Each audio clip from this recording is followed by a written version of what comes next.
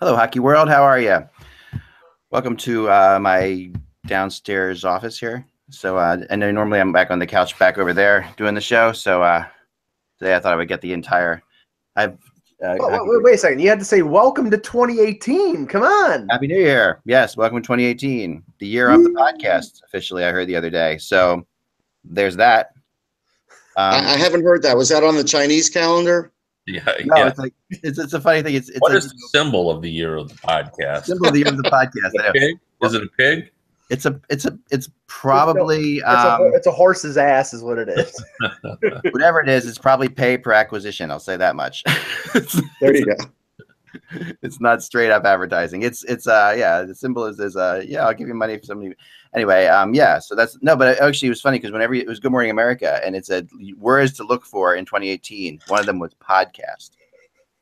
And I thought, when it gets to Good Morning America, it's old hat and it's something that, you shouldn't be looking for anymore. But it's not official if you don't hear from George Stephanopoulos.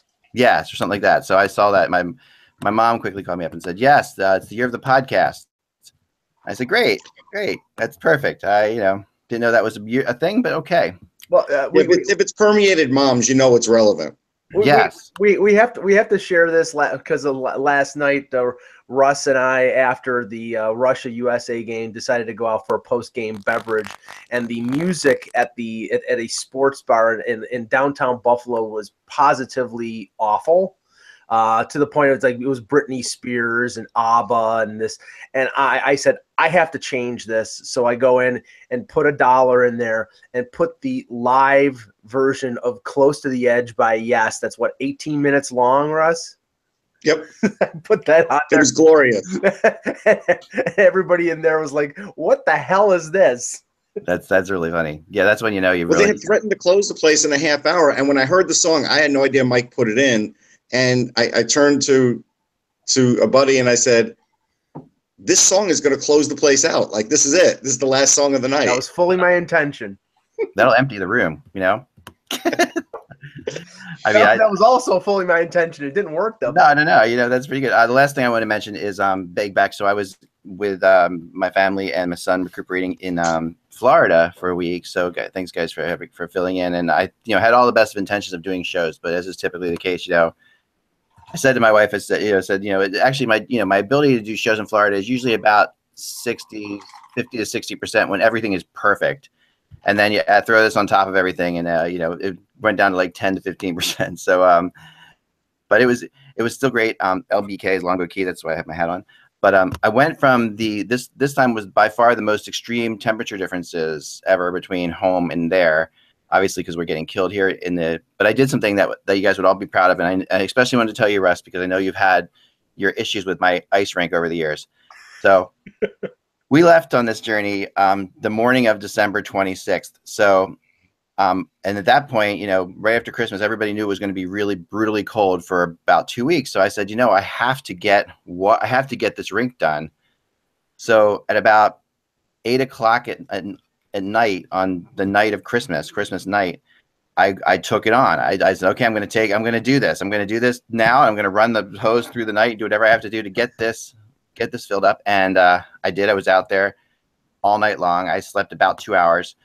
Got the tarp on, first of all, clean the rink out because, there's animals living in there sometimes in the winter, in the spring, and the summer. So clean the rink out, got the water out there, got about, good 2 or 3 inches of water in the entire thing, and just let Mother Nature do its job while I was away for a week. Came back to the best ice we've ever had. It's amazing. So the rink is in fantastic shape right now. That's awesome. And couldn't be happier because we've had about 2 years where we haven't really gotten more than, as you guys know, from our. Yeah, we still remember Russ's report from the rink on trade. I did do that live report. Yes. So now it's just with the weather, it's just awesome. I mean, this is what it's like to live where you live, Kevin, where ice is assured. Yeah. Now, what was Russ's complaint about your rink? No. Ice conditions, or I think general conditions. It was everything. It was ice conditions, general conditions. I got to ask you, Russ, you and Mike, is there any place that you go that you don't rate it and, score it, Yes. rate it? No. Like, every time I come on the show, I was here and, it was just awful, or, usually it's awful. But I thought it was wrong. I said Last of the Jedi was great. So Kevin, that's not exactly true, but okay. No, that is true. And on your recommendation, I certainly saw that movie as well. And I agreed with your assessment on it. And that's what I said. Did I not say if it's kind of like Mikey and Check cereal, like cereal. If Russ likes it, it's got to be unbelievable. Exactly. Well, I could rate press boxes based on the World Junior right now. I just recently had a conversation with several of my friends about the social media world and how it's changed the landscape, and I used both of you as just the classic example of guys whose social media personalities have now got into regular life. But I said, and I actually said, these guys rate everything they do in life, like whatever it is, like somebody's pants. I told them the story of Russ's getting odd. It was DiPietro, wasn't it? And these guys are howling stories. Like I swear to you, it's true. Like he goes, one of them said, so a male commented on another male's pants. I said yes. It was a great comedic story. So go Google those pants, people. You'll agree with me. That's awesome. Well, no, they're definitely you guys. I know if it's on Twitter, we're going to find out about it in a second. But I did a live remote from the rink, Kevin, so it wasn't just based on my opinion. I showed them the hard details. Yeah, well, I've been to his rink, and I know. I mean, I would never say anything negative about the rink, but I not a carpenter by trade, Kevin. Not a carpenter. If you want something negative to say, leave it to me. So, yeah. But my rink has brought lots of joy to the neighborhood kids and everybody. Like, it's 40 by 20 feet. It's my Noah's Ark, as my wife puts it. But yeah, it's pretty. I built it. You deserve good ice. Anything. I'm glad you have it. Yeah, I built it. I mean, I built a guinea pig house in wood shop in high school. Besides that, I've never done anything but the rink that I actually. That was such a nice comment, though. That what Russ said was, "You deserve good ice," and I agree. Thank you. And it's nice, and it's tempting now to just to go out there and put more and more water on it, but I'm afraid to. I don't. Don't mess with success. Just leave I know. I don't want to screw with it. I just call Dan Craig before you do anything else. I know, because I don't want to get the iceberg thing going. I'm actually shocked. Shocked is too strong. So I'm surprised that you haven't built a mini Zamboni machine to take care. Oh yeah, no, we have tried, Kevin. I've tried. I have. Out of so there's a lot you can do with PVC piping these days, and I ask the Barclays Center. I definitely tried. All right, let's start in with the show, shall we? And get this date right. Hello, Hockey World. It's an easy date. What was that? It's an easy date. Go ahead. Easy date, yes. It's Wednesday though. That's the problem for me. Yes. All right. Hello, Hockey World. It's Wednesday, January 3rd, 2018. I'm Michael Agello. I'm Russ Cohen from Sportsology. Kevin Allen, USA Today Sports. And I am Eklund, and you're watching HockeyBuzzcast on HockeyBuzz.com. This is the podcast that comes to you every Monday through Friday, sometime in the afternoon. So usually around sometime between noon and 5, we'll say. Depending on your time zone, depending on what's happening, to fill you in on the comings and goings in the hockey world. And I'm happy to be back after being away from the podcast for a while, and thanks for all the well wishes and everything like that. My son is actually doing a lot better. He actually is out of the wheelchair now, walking around, which is fantastic and really exciting. So thank you guys all for the well wishes. Last night, before we get into the World Juniors, which I definitely want to do, last night I sat down and watched a game, which feels like I haven't been able to do forever, just from beginning to end. And I chose the Predators Golden Knights game, and I'm going to sit down and watch two of the best teams in the West, play against each other. And it was interesting because the one thing I had talked to one person about the Knights' success, and we've talked about it a lot, I know, but the one I wanted to get your opinion on this, Kevin, because this guy is, we'll both, know him very well. So they couldn't use his name because he's just a wimp. I don't know why, but anyway, but the point is, his take on the Knights' success was it's amazing. They're going to make the playoffs. They're a great team. They're having a great season, but he thinks that they will have all kinds of issues in the playoffs. And his theory being that, that stepping up to another level is something that this team does. This team is playing at their peak level. And he says finding another level, he feels is going to be difficult. Last night, you saw the Predators in the second period sort of show a little bit of that, I thought, when they came out at the beginning of the second period. And yet it did matter. Well, what I would say about the, I was asked on a radio show today, if you had to explain to someone why the Golden Knights are doing what they are, what would you say? And, we know what they're doing statistically. Like they're number 2. They've passed the Islanders now in terms of goal scoring prowess. We know what Fleury is doing in net and what the other goalies have done as well.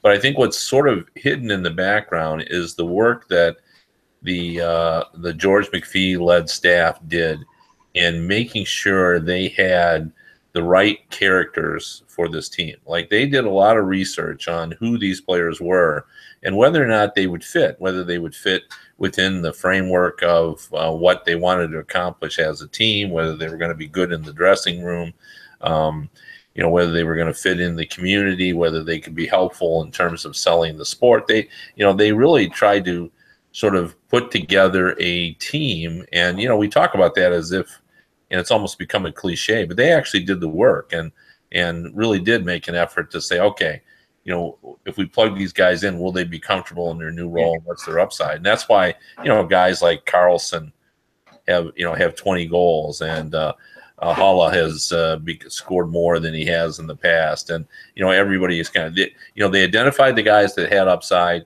and then they found the guys they thought would fit and also would fit with what Gerard Gallant wants to do. So, they've really done their homework. I think that's an interesting angle about, do they have another level? That's what it boils down to. What you're saying is because everyone sort of takes their game to another level, and maybe this is it. But, this is what I would say. I just wrote that, for the first half of the season, we've got to get beyond, okay, well, is this going to last? Well, now the next question is, could they actually win a round or two of the playoffs? Now, that's why I thought it was fascinating. I was loving having the conversation because you're right. That's where we are now. He said they're going to make the playoffs. He said, they just won 8 in a row, which is the longest winning streak in the year for anybody in the NHL, I think, or tied to it. So, so here they are. They're going to make the playoffs. Now, the difference is, they are a team that we have not seen in the playoffs. And we all know the difference between teams in the regular season and teams in the playoffs, and that does exist. Sure. Well, I'll give you one difference. Go ahead, Russ. One difference is they're not going to trade young talent for proven playoff talent. They're not going to do that. No, Right. if they do decide to add before the deadline, taking advantage of what's going on, they may trade 1 or 2 of the boatloaded draft picks that they have over the next 3 years. They have plenty of them, but they're already starting to. I mean, there's a report from Bob McKenzie that they're on the verge of re-signing Marchessault for over $5 million a year, which he's making $750. You have to give McPhee some credit because they got Marchessault, they got Riley Smith as a salary dump, but Riley Smith played for Gallant in Florida, so he knew what he was getting. So even these players that they took on because other teams wanted to clear cap space, they got players that fit into what they wanted to do, and it's just working perfectly. Yeah, no, and imagine McPhee being in a position because usually, like 3 of his top 5 scorers are going to be unrestricted in July, but there's no worry about that because who's going to leave Vegas? James Neal came out and said, early on, look, I want to stay here, so there was no pressure on McPhee. He'll get it done, and even if it goes till June or July, those guys are not going to leave. It's an ideal situation. They're playing for a good team. They're getting in a more favorable position they've ever been before in their careers. And it's a great place to play. I mean, the Vegas climate is terrific. And just think about it. If there was a movie based on this story and it would have ended with them making the playoffs as a first-year team, I would have given it like 1 star. I would have been like, come on, it's not realistic. It's probably the best story in sports, and yet it's weird that national markets, national shows haven't even really They're starting to. I agree, Yeah, Russ. They're starting to, though. They are. I mean, I was in Tampa, where Tampa gets limited amount of, hockey coverage. Even when the Lightning are as good as they are, it's still, you listen to sports talk radio in Tampa, and it's very limited on what they talk about with the Lightning. They'd rather talk about the Bucks or, but somebody did bring up the topic, is this the best expansion team of all time? The fact that that's brought up in Tampa, to me was something, and it's a great thing for the NHL. And I do want to say one thing though, as far as adding players at the deadline, I would so not do that. They're not going to. I don't. Yeah. You know. No, I don't think they will. It doesn't make any to me. This feels like this reminds me of that really famous scene in Miracle, you know, where they bring the ringer on right before the Olympics, and you know, Eruzione goes outside and is talking to the coach and saying, you know, what's the deal? We're a family. We're supposed to go together. And the guy's like, well, you know, and Herbert's like, well, he's a good player. I got to bring him in. I got to see what he can do. That's what it feels like that's what feels like the conversation would be, you know, if they were bringing another player on. It's like, this is such, you know, magic in a bottle that you just don't want to screw with it. I know, because the Leafs just played them on New Year's Eve. You know, the talk was, you know, the Leafs were not going to succumb to the, quote, Vegas flu, unquote. They weren't going to stay on the Strip. They were going to stay. You know, Lou Lamoriello made sure they stayed 25 minutes outside of Vegas, so there wasn't going to be any going out at night and all that stuff.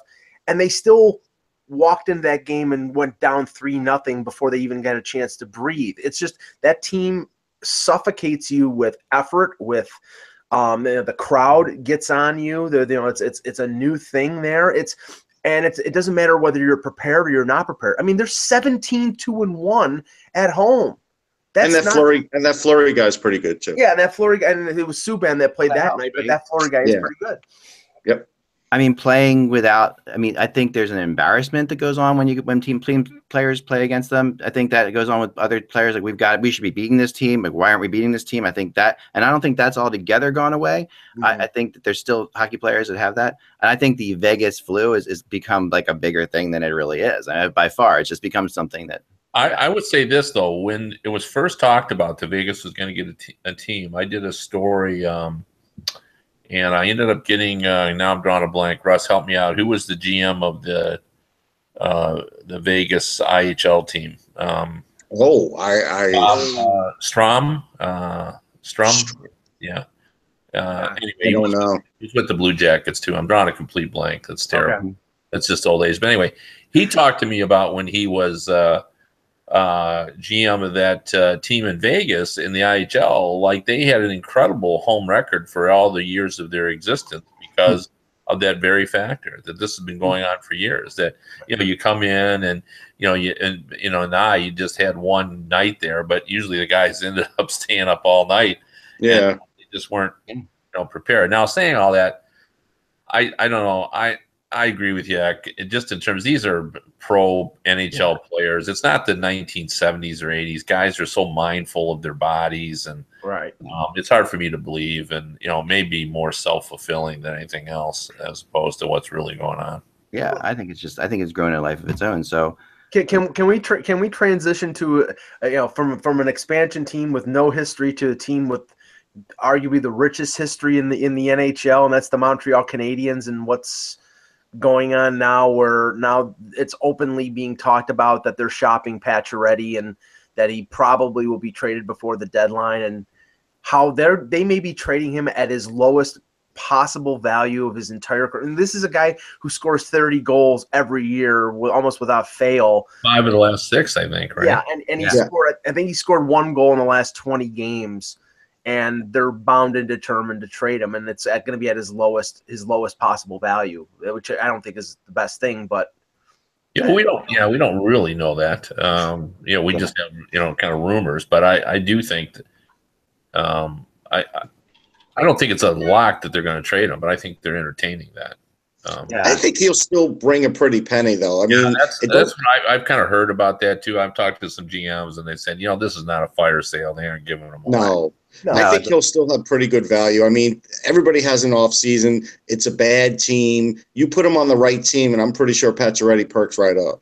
And you know why he'll get good value is because his cap hit is not ridiculous. It's not like it's not Bobby Ryan and he's making 7.8. He's in the 4s. It's not a ridiculous contract, and he's got another year. So for a team looking for a sniper and not just looking for a rental, that might be the way to go.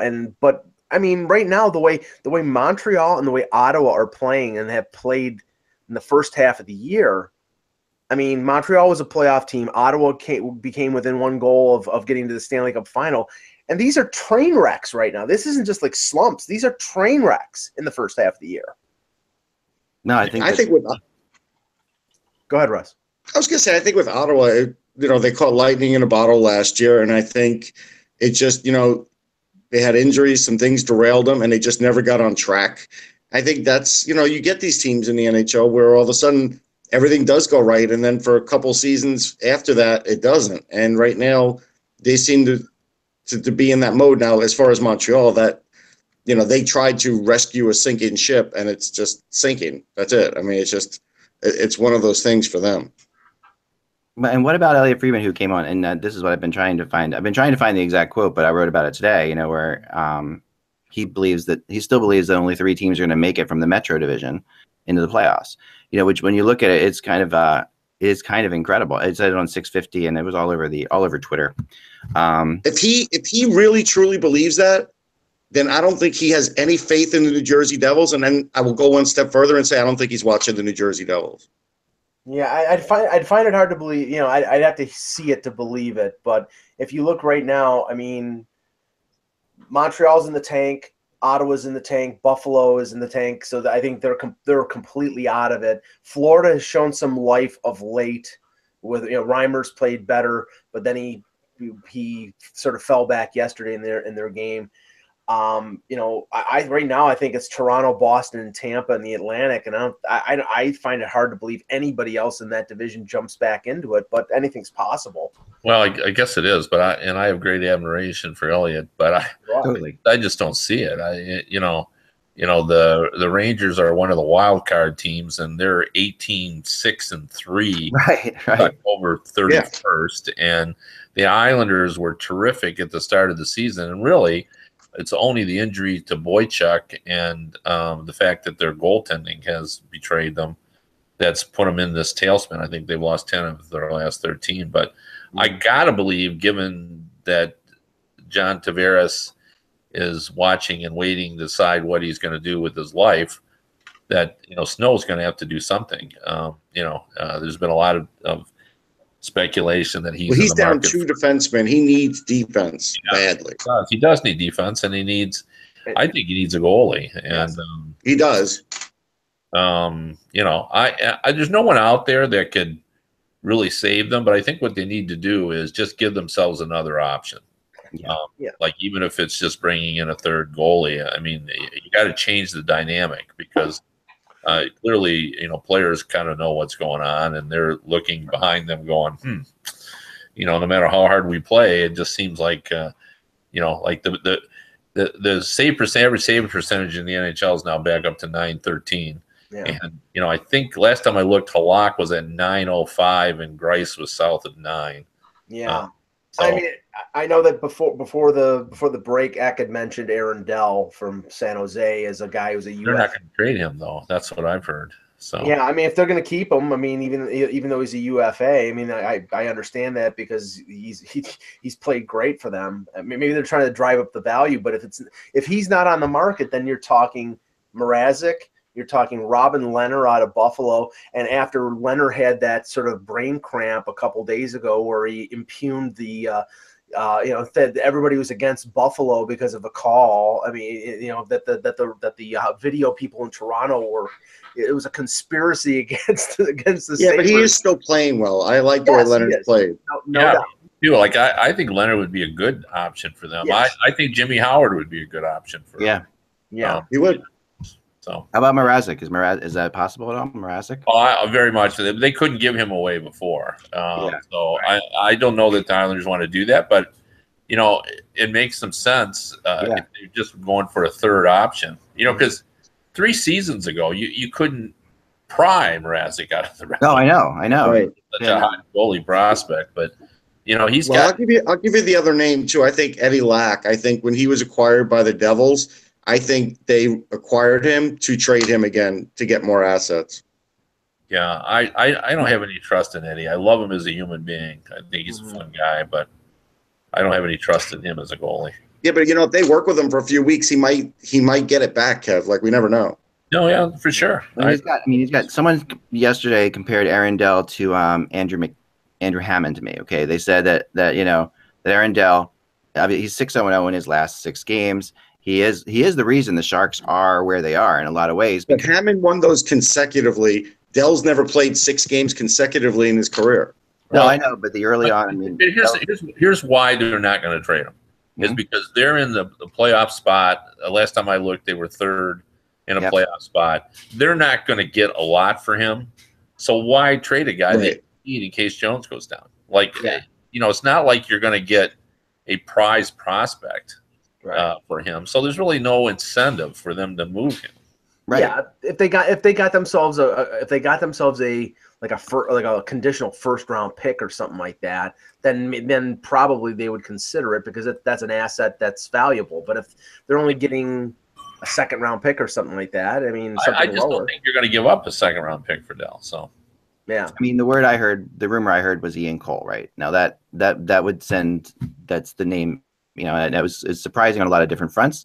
I could see Pittsburgh being okay with grabbing Aaron Dell. It would be a good fit for them.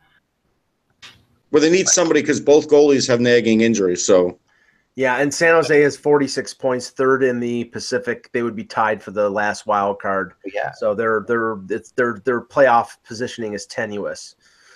Sure. Now I'll tell you because when you're talking available defensemen, the first team I think of and the first team that you mentioned is Toronto. And if there was any doubt, the chickens have come home to roost in the last 2 weeks with Nikita Zaitsev's injury, because ever since he was hurt, and that's a guy that Babcock played 20-plus minutes, played on the penalty kill, now they're being forced to play the human turnstile, Martin Marincin, and Jake Gardner has sort of regressed back to the defensively inconsistent Gardner of a couple years ago. It just illustrates how much the Leafs need to add a defenseman. I don't know if it's going to be a rental or if they're going to look for somebody they can retain for a year or two, like a Yarmulson if Arizona decides to move him. But I think that I think if they needed any further pushing towards getting a defenseman, this couple weeks without Zaitsev has proved. I mean, one injury, and they're playing guys last year who cost them a couple playoff games with his defensive ineptness. Yeah, I mean, the name that comes up with Toronto with me that I wrote about a little bit was Eric Branson, right? Like he makes some sense in Toronto, right? I could see him being a good fit there. I've always liked him as a player. I think it's a good fit, and I also think that what happened yesterday in the game against Tampa is another illustration why they need a player like Gabranson, because right now the muscle on the Leafs and physicality is held at a much lower level than it used to be. But that team essentially is a bunch of skill players, a bunch of young players with one or two physical players, Matt Martin and Roman Polak, who's a sixth defenseman. And Nemestikov, who's not a physical player, runs into Frederik Andersen, pushes him, knocks him down. And the only guy who would go after Nemestikov was Polak.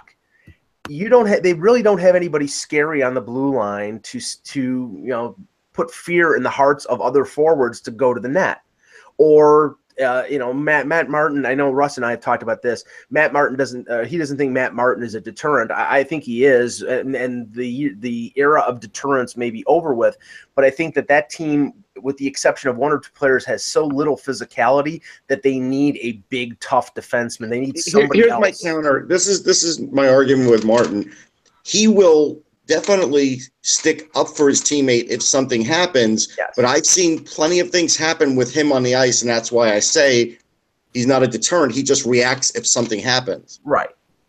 The reaction is the deterrence, I guess, is my counter. It's like, okay, if you don't want to take a left cross from Matt Martin, then don't hit Nazem Kadri. But I'm just saying they really don't have anybody who will make anybody pay the price. And Gabranson, on top of being, I think, somebody they can get for, again, like a second-round pick because he's a UFA and Vancouver doesn't seem to want to sign him, I think they need that big, tough presence on the blue line.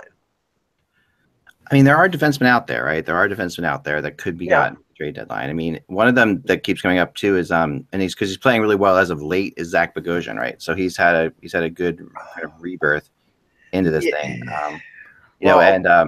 I mean, I think I'm not saying where, but I think that I wrote and I heard that the Kings had interest in Zach Bogosian. The Kings have kind of always liked Zach Bogosian. One of my sources has always been, going way back. I'll just be brief, and because I'm in Buffalo and I've seen Bogosian a lot. I mean, he was out for essentially the first half of the year, and there was no real explanation of why. He's playing. He's not playing particularly badly, but he's not playing particularly well. The thing that I think scares off a lot of teams, unless Jason Botterill will eat salaries, the fact he's got 2 more years left at $5.1 million. That's an overriding. I mean, for a team like, say, I know that you mentioned Los Angeles in one of your blogs, Zach. For a team like LA, who's got so much dead money or bad money on long-term deals, I can't see them taking on a Bogosian unless the Sabres take back, a Marian Gaborik or somebody like that who's got a lengthy deal that they could clear out some of that salary. It just doesn't make sense. I think there'd have to be some kind of salary. I mean, you were up at the Winter Classic, Kevin. No, you weren't at the Winter Classic because I heard your interview. I heard your interview on XM, which was really awesome, about how you were not at the Winter Classic but going to the Olympics. And that's right. Yeah. Time management. Yeah. Yeah, exactly. And I think my schedule. I've listened to Scotty Bowman for so many years that I'm managing my schedule. So I think that's good. That's wise. But yeah, I do think he has. Bogosian, I think, has some value, and I do think Buffalo would have to probably retain some money. Yeah, but I don't think that that's necessarily against what Buffalo would do here, because depending on what they could get, they're not going to get a ton for him. You're going to get a draft pick or some kind. Mm-hmm. I mean, you've got other guys out there too as well that could be perhaps picked up in a trade. And of course the other one is right in Detroit, in Mike Green, right? That's another defenseman that keeps coming up. Do you think he's going to be moved, Kevin? Yeah, I do. I don't know when. They haven't fully committed to the idea that they're totally out of the playoffs, and right. When you think, okay, now it's going to happen. They've had 2 big wins over, the Rangers and Penguins, and now they start to feel better about it. And but they will move him, and it's just a matter of how much they're going to get. Originally, I think people thought it would be a second and a B+ prospect. And now I think there's kind of a hope that they could get either a prospect, a quality prospect, mm-hmm. Or maybe a late round, first round pick. So yeah, I said on your podcast, I think they're getting a conditional 1 for him, because he's clearly the best offensive defenseman that I think is going to be moved. I don't think, if you look at the UFA class, I don't think Washington's moving John Carlson. They're in the race, so they're not gonna trade him. So Detroit, I think, is not a playoff team, or they're gonna, by the time February 26th rolls around, they're not gonna be within striking distance. So I think they'll be willing to move him, and then the list of UFA defensemen sort of drops off after that. So he's the prize. I mean, for a team that needs a puck rushing defenseman who can quarterback a power play, he's it. Yeah, no, that's right. That's why I think but not everybody is willing to give up, assets now, like the way they have right. In the old days. Yeah. People would give up first round picks. Now, now they're sort of reluctant. So I don't, going back to Bogosian, nothing is impossible, but I don't see them being able to move him, because I think he's been very average at best, and that salary is.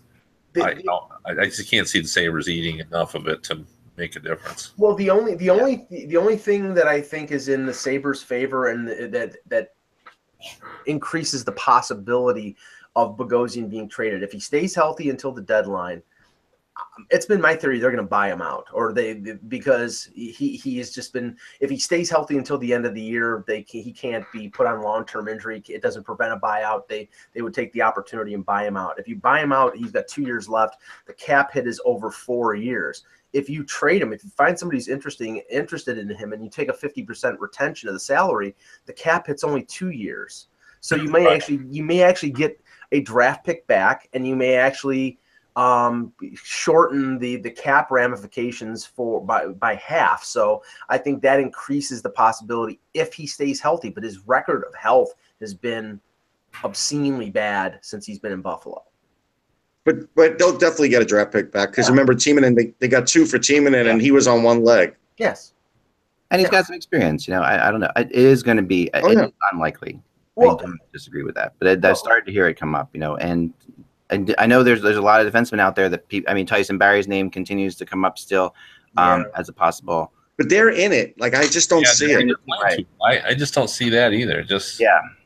Kevin, let me ask you this, because I heard the name of and you mentioned Kronwall on this show a while back, and how he was basically playing on one leg, but playing effectively on one leg. Yeah. Has there been any indications that he, like, this year is it? Because he's got another year left in his contract, that he would retire? Okay. Because I was thinking if he would do basically a Vinny Lecavalier and say, I'm going to retire at the end of this year, I think they could get a ton for him, because teams would love to get that veteran defenseman.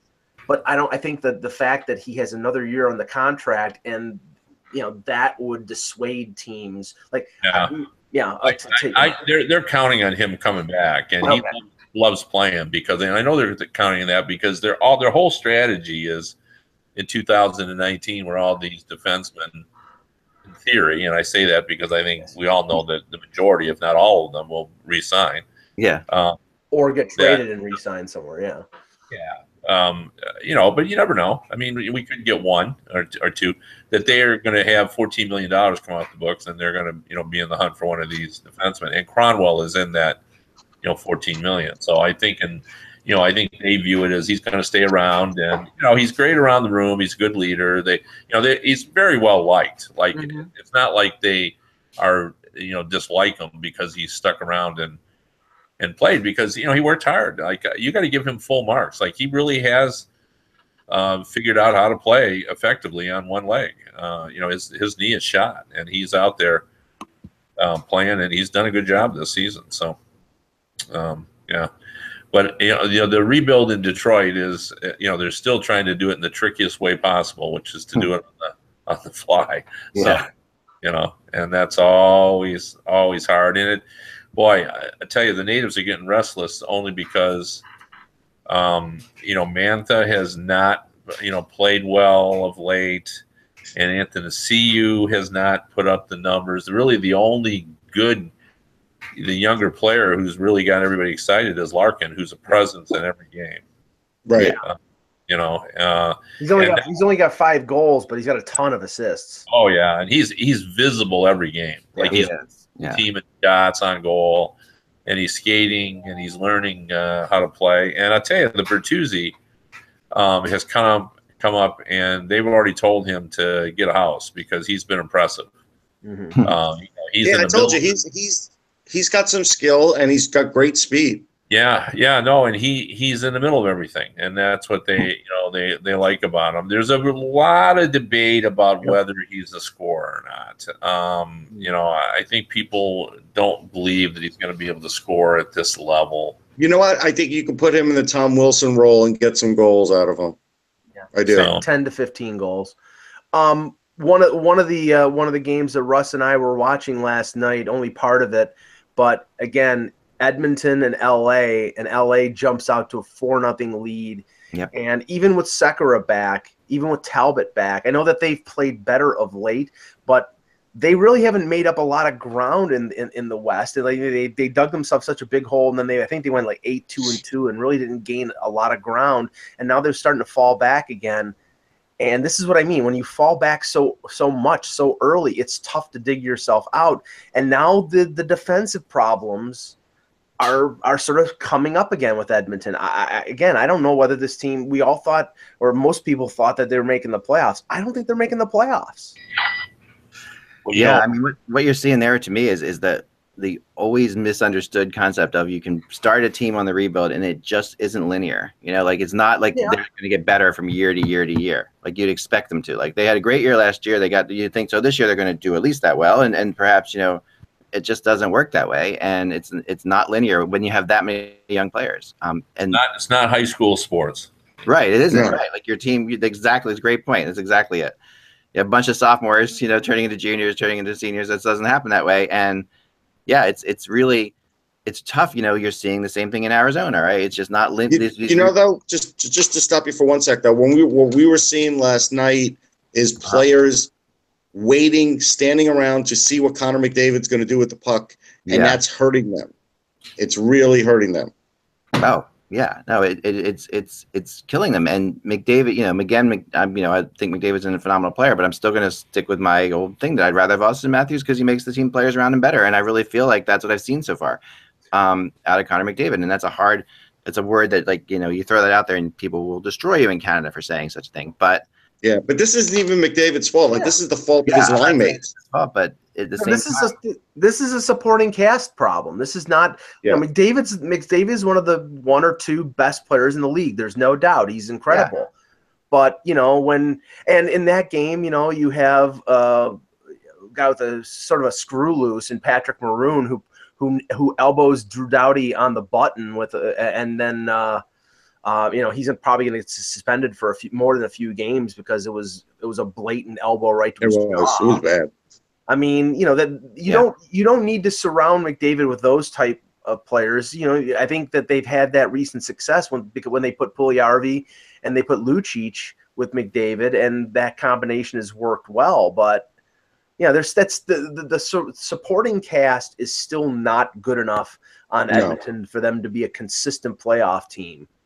Yeah. And to your point, Ak, about things not being linear, I think the Leafs have improved in terms of their structure, in terms of the depth of their organization since last year. But through 41 games last year, they had 48 points. Through 41 games this year, they have 48 points. Same thing. Yeah, and I think everybody you'd ask would say, "Oh, the Leafs are better than they were last year." Yeah, if they were just to think about it, because everybody thinks they're going to be. Right. They're naturally going to be, right? And that's now along those lines. Before we get to the World Juniors for a second, the most amazing stat that I've found out today involves another team up there, and that team being the Winnipeg Jets. And the fact that the Jets are in first place right now, they have only lost 11 games this year. Mm-hmm. But the crazy thing is, they've gone to overtime 8 times 3-on-3 and haven't won at 3. And to me, that's an incredible thing to be in first place. They haven't won in overtime on 3-on-3 all year, which is just like, as good as they are. And that's a team that there's no reason for that team not to win 3-on-3 situations, right? Because they have the kind of players they have.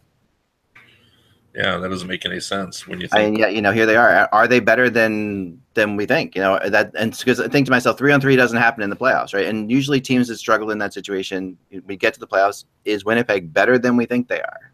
Well, I think they're better in the one place. The greatest area of improvement for that team has been Hellebuyck. Been the goal. I mean, he's been one of the 4 or 5 best goaltenders in the league this year. And last year they didn't have that. And this year, they added Kulikov on defense, and Myers is back healthy. And, the natural progression of young players getting more mature, like Ehlers and Line and Scheifele, who they're going to be without for about 2 months. But it's been Hellebuyck. Hellebuyck has been steady through the first half of the year, and that's the reason why they're so good. Yeah. There's no doubt. Hellebuyck's having a great year. They have, if not the best line in hockey, one of the best lines in hockey. Like, there's a lot of things to like. Yeah. I mean, Trouba has really developed into a good shutdown defenseman. Morrissey has, been strong as well. Like, their defense, which at one point was one of their weaknesses, now is one of their strengths. I'm still curious, Kevin, how the Trouba saga is going to end, because it's all going to start up again at the end of the year when he's a restricted free agent, and he's 2 years away from unrestricted free agency.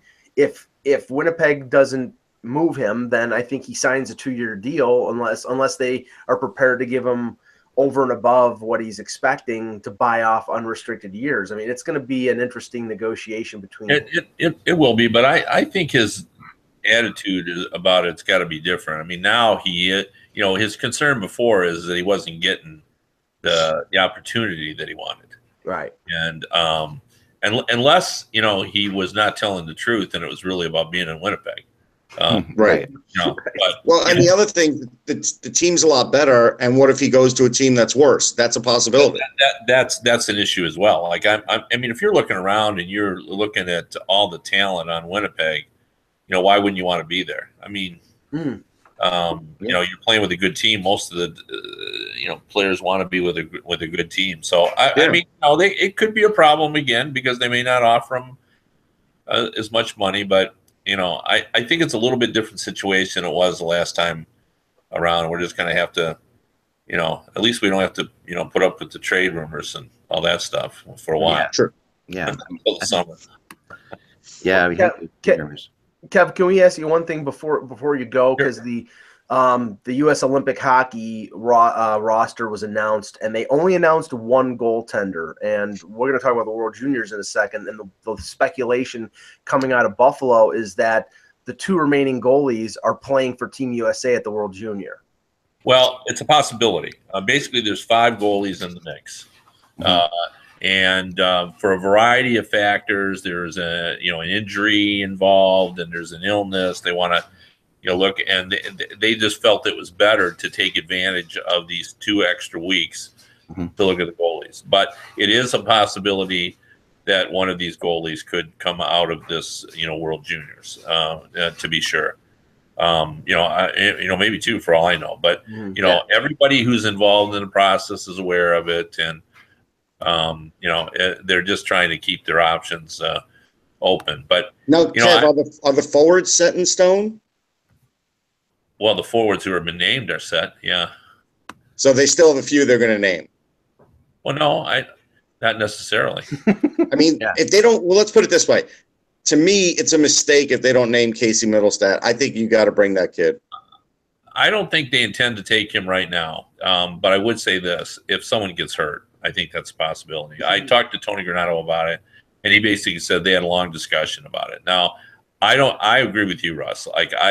And historically, if you look at what America has done, going back to '72, when I think Mark Howe was 16 when he went to the Olympics, and we had 19-year-old Mike Ramsey going to 1980. We had Eddie Olczyk and LaFontaine, who were 18 and 19 or 17 and 18, whatever they were, in 1984. It's worked out.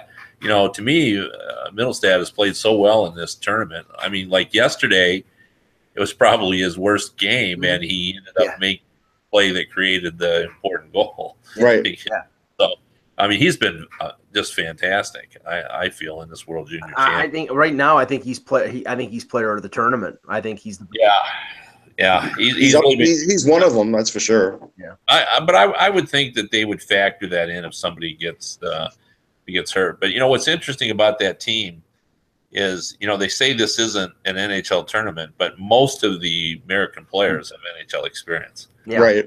It seemed like when Ty went to the guys with NHL experience, Bobby Butler, guys like that. Almost all the defensemen have NHL experience, and a lot of the forwards do as well. And you're gonna find that with Team Canada. It's Mason Raymond and Matt Fratton and Ben Scrivens, and it's gonna be like that. Is there anyone from Team USA that's going to end up in the NHL this year after this? I don't know. It's a great story. I mean, a great question. Because I thought about that. Brian Giunta? He would have a chance. He'd probably be the one. Yeah, Giunta, I think, is hoping that will happen. And I know Chris Bork, I think, has hopes that he'll get something out of the deal as well. But most of these guys are committed to their teams, everything. Well, the one guy who surprised me, it's not on the list, is Dan Sexton. Russ, do you know anything about him? He's a top scorer in the KHL, and he's not. No, I really don't. Yeah. So. Yeah, no, I think it's an inch. I think I heard what you said next time the other day, Kevin. I totally agree that this is going to be a fascinating Olympics because all the teams are sort of the playing ground's been leveled a little bit, which I think is fun. It's just such a mystery. Everybody's. It's almost like they're drawing names out of a hat to come and play. And other than Russia, I mean, Russia will have players we all know a lot about. But this could be fun, and I keep reminding everyone that it's the players you never heard of. This pre-19, it goes back to 94 and before when it was people you didn't hear of, and so many people watch the Olympics that don't follow the NHL, and I bring this up all the time. But in 2010, when Chats were all the rage, and we did a chat every day. The number one hockey question every day was, what team does Ryan Miller play for? Yeah. Now, those questions are not coming from NHL fans. Yeah, that was when the Hockey Buzz chat was pretty big, Kevin, is 2010. Yeah, I remember that Yeah. too. And it was the same thing, and it was kind of crazy. And you're right. You're absolutely right. People, I've always said your neighbors are going to come up to you and talk about how's the U.S. hockey team look, that kind of thing. And no matter what, it really doesn't matter if they're NHL players to most people. I mean, it matters to us. It doesn't. And last year in Sochi, there were a lot of people who emailed me who wanted to know about Alex Ovechkin's background, that didn't know anything about him. Yeah, they just were sort of intrigued by that he was Russian, and everybody was, all the pressure was on him and all that, but didn't really know about his career. And I remember one woman just asked me, well, how good a player is he? Right. That kind of thing. Oh yeah. I had almost the same thing as one of a friend of mine who was coming up on their birthday, and the kid became an Alex Ovechkin fan because of the Olympics. And he's won an Alex Ovechkin shirt. What team does he play for? I got that question. Yeah. No, that's right. People just don't know. So it'll be just a big event. Now, the only thing I would say, and Eck heard my interview, and I think I was on that interview where I talked about this, is we've now watched Olympic players for almost 2 decades. So now, will it be hard for us to turn back the clock and get back in that mode again for the NHL? I think it will be an adjustment, dipping your foot in the pool. I do. I think for us, maybe, but for 95% of the people, no. I mean, these players are playing. Take like Gilroy, for example, or a player like, these guys, they might not have had a huge NHL career, but they have dedicated their lives to playing hockey. I mean, these people are sure. So you put the best figure skaters out there, and I'm sure. No, but that's the thing. Yeah. It's about the overall quality of play, and if they don't see what they saw the last Olympics and an overall quality of play, regardless of who the names are, that's going to take some getting used to. Well, I disagree on that, Russ. I think for NHL fans, yes.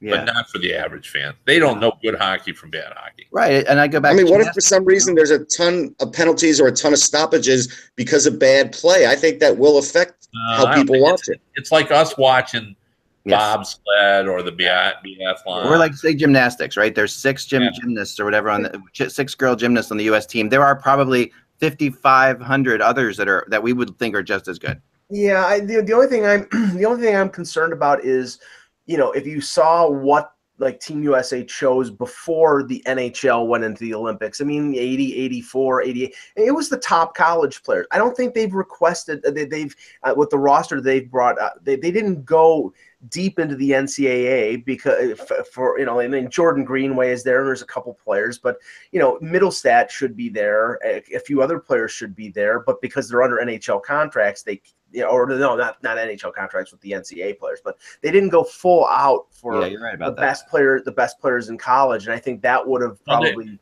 And they obviously the landscape is different. That's why, no KHL back then and all that. But I do agree with Russ with regard to. I think NHL fans will notice the quality of play. That may cause an issue, and plus, social media has changed the landscape. Yeah. So, people will always. I think someone might mention it on Twitter. Oh, gosh. Yes. I'm not going to rate it right away. I'll tell you that, Kev. I'll give it a chance. Yeah. Well, good. I like it to be open-minded. I'll grade it after the first game. The first period. You grade it after the first period. It'll be the first shift. The first time someone makes a mistake, which this is dreadful. Yeah. It's going to. There's so much. Guys, I got to run here. I got to get to the game tonight, and thank you. I leave on time, unfortunately. So, see you, Kev. Thanks, Kevin, so much. Thanks, Kev. Yeah, I really don't see it being an issue. I'm still gonna watch it. I think everyone's gonna watch. I watch bobsledding. I watch ski jumping. Sure, but you know what it is? It's like if you go to a Broadway play, right, and you get tickets, and you know that you're gonna see and name whoever the leading man is, and then by the time you go, it's the understudy. Yeah. We're seeing a team of understudies. They're still going to know how to play hockey. Eck, you go to see Hamilton, and it's not Lin-Manuel Miranda as the lead. You're pissed, and you're going to want a refund.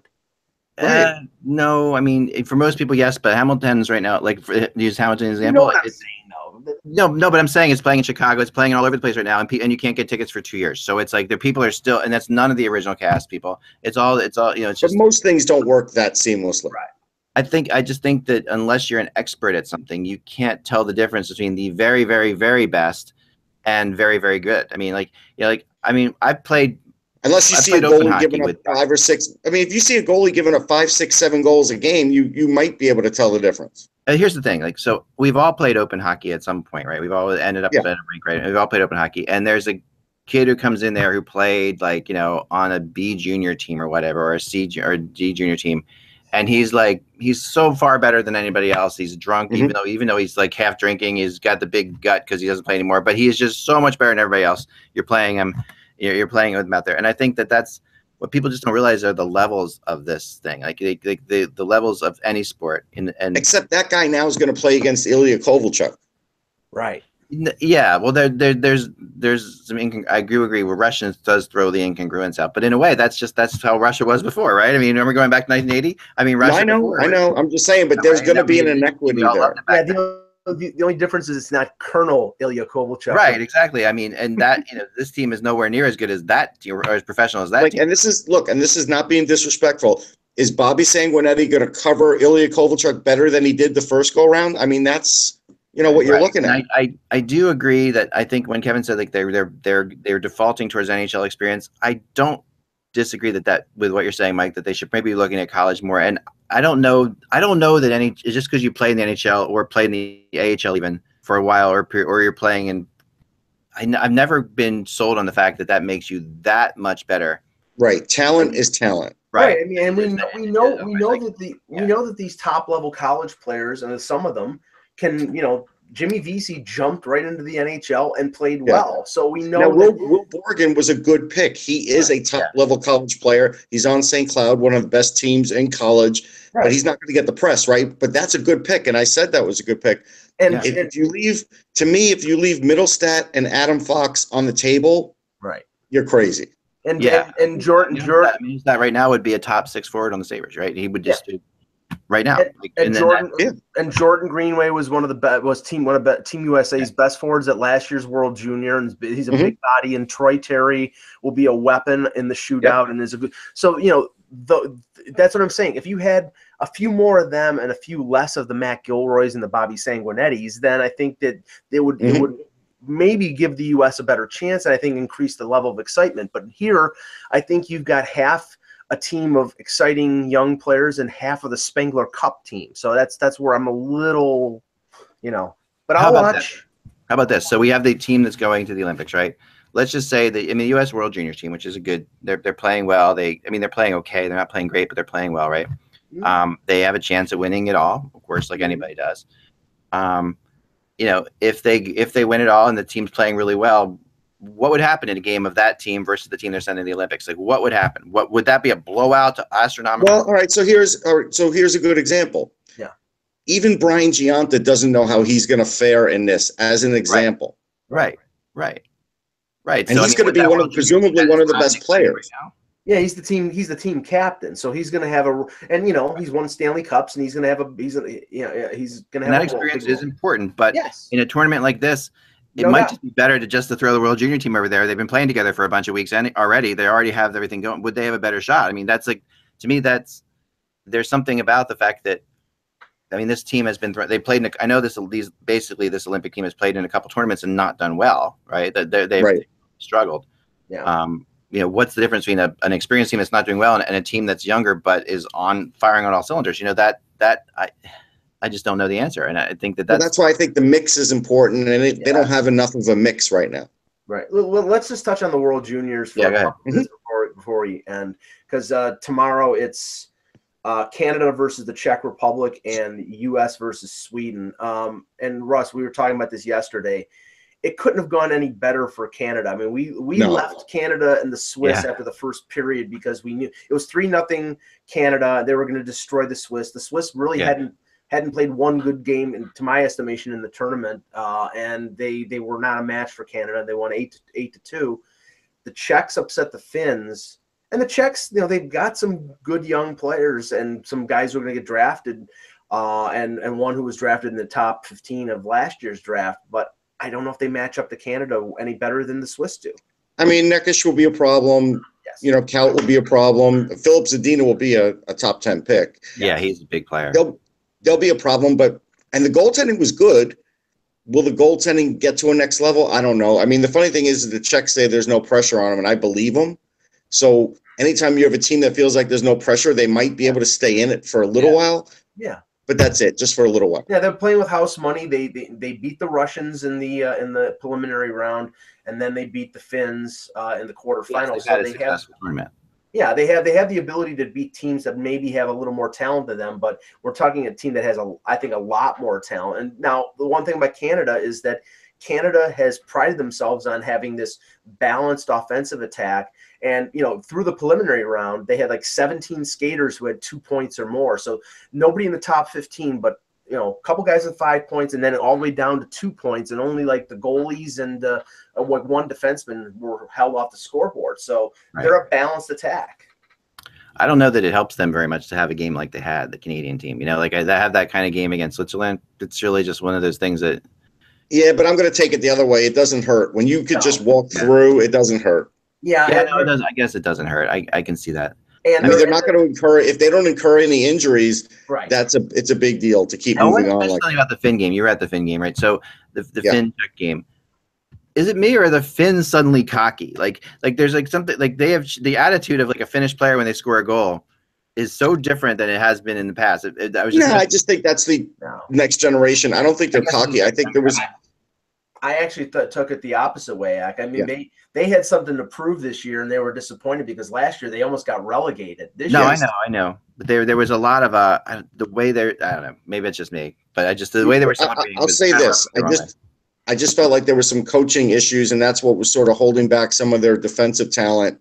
And I just never saw it all click the way you would like it to. They do have the brawny paper towel guy as their coach, though. I mean, come on, there's never been a more handsome coach in hockey than the Finnish coach. Sure. Well, I think the Swedish coach can give him a run for his money. He's Mr. Oh boy! Mr. All right, GQ. let's do the U.S. game real quick, because then I got to run. Yeah, go ahead. Not that I'm rating them there.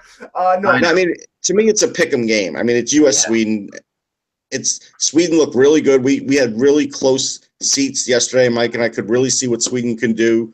The only big chance that the U.S. has is I think they have more consistency in their game offensively, where the Swedes have these flashes where guys like will rip up the ice and make unbelievable plays, Dahlin included, Zetterlund. There's a lot of guys that can do it. Even Janssen can do that. And so they got a lot of push from the blue line. You got Nylander there who single shift, but when he does, it's really good. And the U.S. is just going to have to play consistent, and they're going to have to get the lead on Sweden like they did on Russia. Now Russia kept coming back. Sweden will probably keep coming back too. But we did see shot blocking was a big problem. Sweden had the same problem that the U.S. did with the shot block, and the U.S. might want to think about that.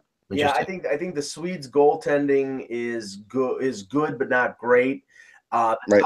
They're top heavy. They have really, really great talent on the top two lines and the top two defensive pairings. So you might be able to take advantage of the third defensive pairing and their third and fourth lines. I mean, they're good, they're obviously, but I think that there's a little bit of a talent differential between the U.S., their depth and the Swedes' depth. But Liljegren, Dahlin on the blue line, Movier and Brandstrom are fantastic. And they're all NHL players. I mean, they're all great players. And if the U.S. gets in penalty trouble, Sweden, to my estimation, has the best power play in the tournament. They have 3 top 10 first-round picks on their power play, and it's lethal. So the important thing too, Eku, we know that Lockwood's out.